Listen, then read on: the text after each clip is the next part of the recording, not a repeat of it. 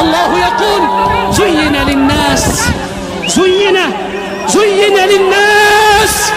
أخذتنا الدنيا والله لا أبرئ نفسي. soo degitaanka nabi ciise calayhi salaam uu soo degi doono aakhiru zamaanka. nabi ciise calayhi salaam wuxuu ka soo degi doonaa magaalada Dimashq ee ku taala waddankan Syria. masaajid minaaradiisu ay caddahay oo dhinaca bari ee magaalada ku yaala ayuu ka soo degi doonaa. wuxuu soo degi doonaa xilli ay ku beegan tahay salaad subax isagoo laba malag garbaha haysta.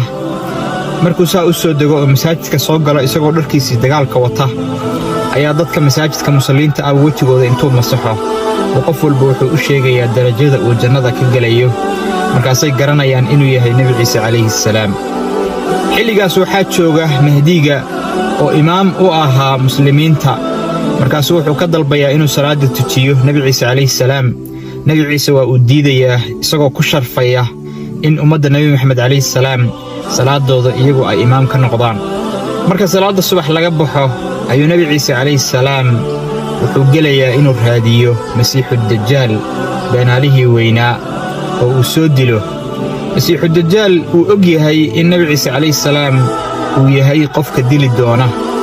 wuu ka cararayaa intuu ka warwareegi karo wuu ka warwareegayaa ilaa marka dambe ay ku kulmaan meel la yiraahdo baabilud oo ku taala Falastiin. masiixu dajaal waxaa la yiri nabi ciise calayhi salaam markii uu arko ayuu intuu shiiqo yaraado cabsi iyo argagax dartiis baa nabi ciise calayhi salaam intuu u yimaado ayuu dilayaa oo ka takhalusayaa.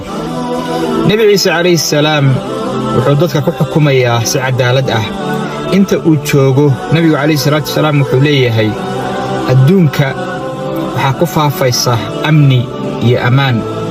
waxaa dhacaysa wakhtiga nabi ciise calayhi salaam uu joogo in libaaxu uu la daaqo geela, carruurtu ay ku ciyaaraan masaska iyo abeesooyinka oo aysan waxba ka dhibin.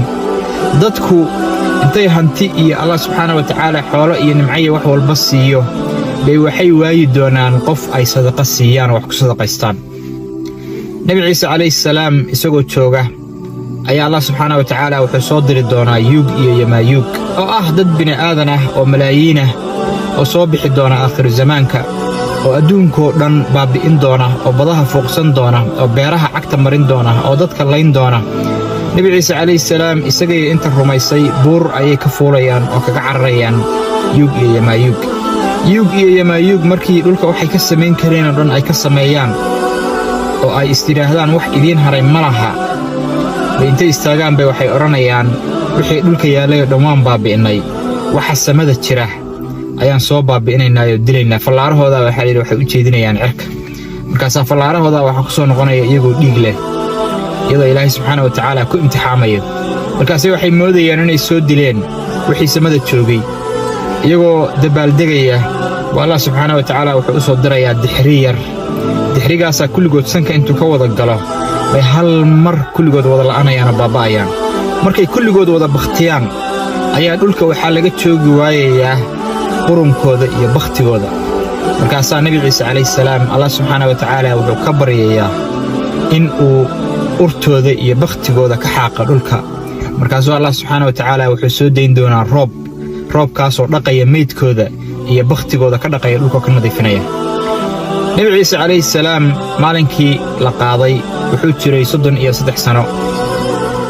dhulka markii uu u soo dego wuxuu ku noolaan doonaa 7 sano keliya. 7 sano markii uu noolaado oo si cadaalad ah uu ku dhaqo dadka oo diinta islaamka ee nabi maxamed calayhi salaam uu dadka ku dhaqo ayuu nabi ciise calayhi salaam u geeriyoon doonaa oo Allah subxaanahu wa ta'aala uu oofsan doonaa. dhulgariir xooggan ayaa ku dhuftay bartamaha Turkiga iyo waqooyi galbeed Suuriya. maanta waxaa ilaa iminka ku dhintay 500 oo qof, kumanyaal kalena waa ay ku dhaawacmeen. burburka dhismayaal dumi ayaa weli dad kale laga dhex baadi goobaya. dhulgariirka oo dhacay saq dhexe xilli jilaal ah waxaa sidoo kale laga dareemay Qubrus iyo Lebanon. debdebisyo ayaa la dagaalamaya dab xooggan oo ka kacay dalka Chile iyaga oo doonaya inay xakameeyaan mid ka mid ah masiibooyinka dabiiciga ah kuwii ugu xumaa ee sanado soo mara dalkan. dhimashada ayaa gaaraysa ugu yaraan 24 qof iyada oo ay ku dhaawacmeen ku dhowaad dad 1000 gaaraya. ciidamada Israa'iil ayaa dhowr qof dilay xilli ay howlgal baaris ah ka wadeen xero qaxootiga oo ku dhow magaalada Jericho sida lagu sheegay bayaan ka soo baxay militariga Israa'iil oo ujeedada howlgalka ayaa ahayd inay soo qabtaan xubno ka tirsan Hamas.